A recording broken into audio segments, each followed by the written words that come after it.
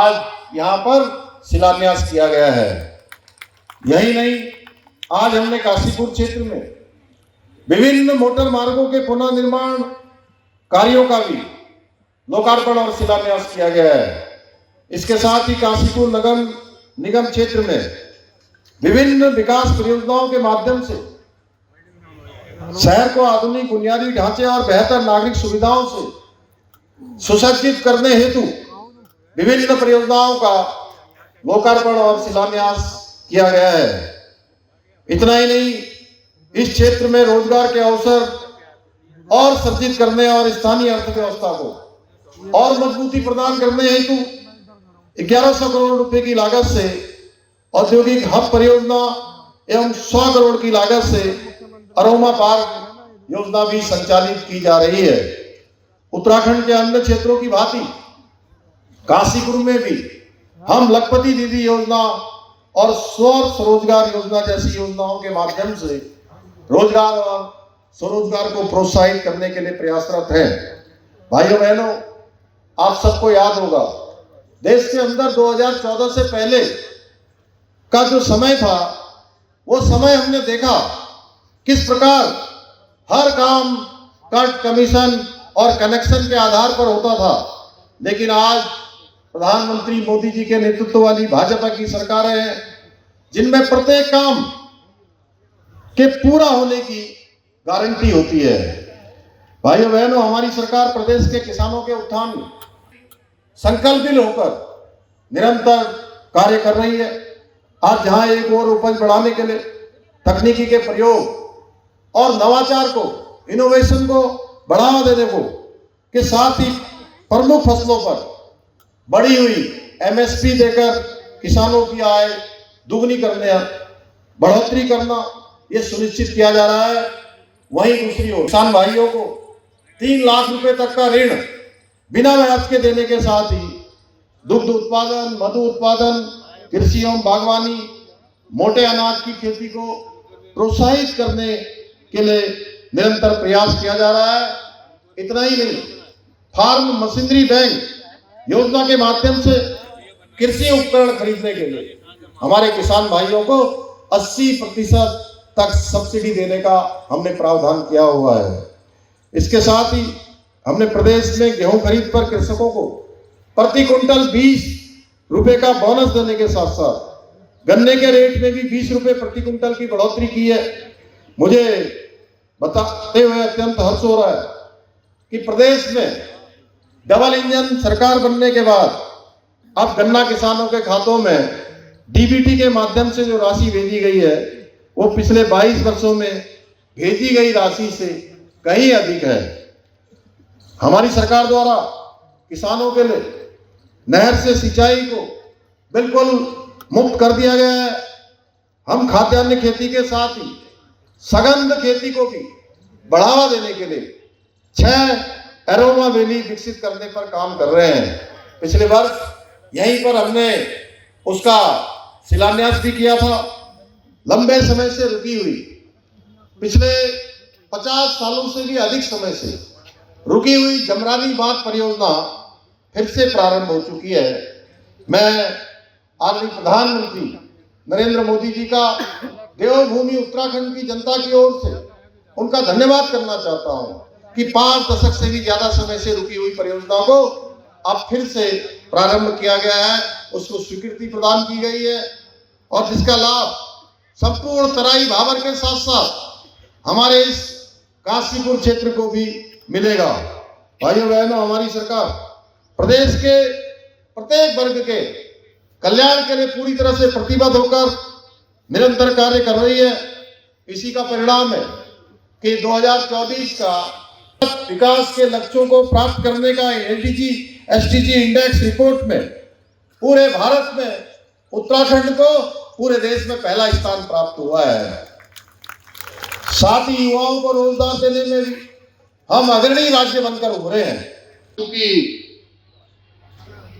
एक बड़ा पत्र माननीय सांसद जी ने यहाँ पर मेरे सामने रखा, जिसमें काशीपुर से संबंधित बहुत सारे काम होने, और दीपक बाली ने उसमें उन्होंने काफी प्रयास करने के बाद सब लोगों से बात करने के बाद कि वास्तव में काशीपुर में ये योजनाएं होने से काशीपुर आगे बढ़ेगा। काशीपुर में जिनकी आवश्यकताएं हैं उनको मैं यहाँ पर आज घोषणा के रूप में लेना चाहता हूँ कि जैसे केवीआर हॉस्पिटल से धनौरी तक, बिजनेस इन होटल से परमानंद लिंक मार्ग तक मार्ग चौड़ीकरण, डिवाइडर निर्माण, वृक्षारोपण, भूमिगत विद्युतीकरण तथा स्ट्रीट लाइन लगाने का कार्य किया जाएगा। नगर निगम काशीपुर के संपूर्ण परिसर के लिए अभी मैं आ रहा था तो मैं इनसे पूछ रहा था कि ये प्रांगण और बड़ा होना चाहिए, जिससे कभी हम लोग किसी कार्यक्रम में आए तो लोगों को असुविधा न हो, उनको बाहर खड़ा न होना पड़े।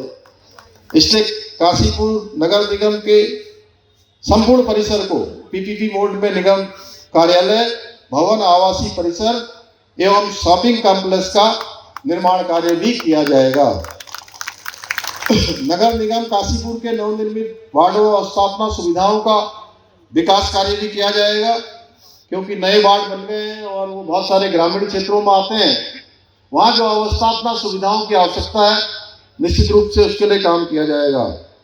काशीपुर स्पोर्ट्स स्टेडियम का आधुनिकीकरण एवं पुनर्निर्माण का कार्य भी किया जाएगा, क्योंकि अभी मुझे राष्ट्रीय खेल में भाग लेने वाले हमारे बहुत सारे खिलाड़ी भी मिले थे, उनके कोच भी मिले थे, उन्होंने भी मुझे अनुरोध किया था। और इस बार जो हमारे राष्ट्रीय खेल जो सफलतापूर्वक संपन्न हुए, जिसका माननीय प्रधानमंत्री जी ने मन की बात के कार्यक्रम में भी जिसका विशेष रूप से उन्होंने उल्लेख किया, और उस राष्ट्रीय खेलों में हमारा स्थान जहां 25वें स्थान पर होता था, इस बार हम 7वें स्थान पर आ गए और पदक तालिका में हम 4थे स्थान पर आ गए।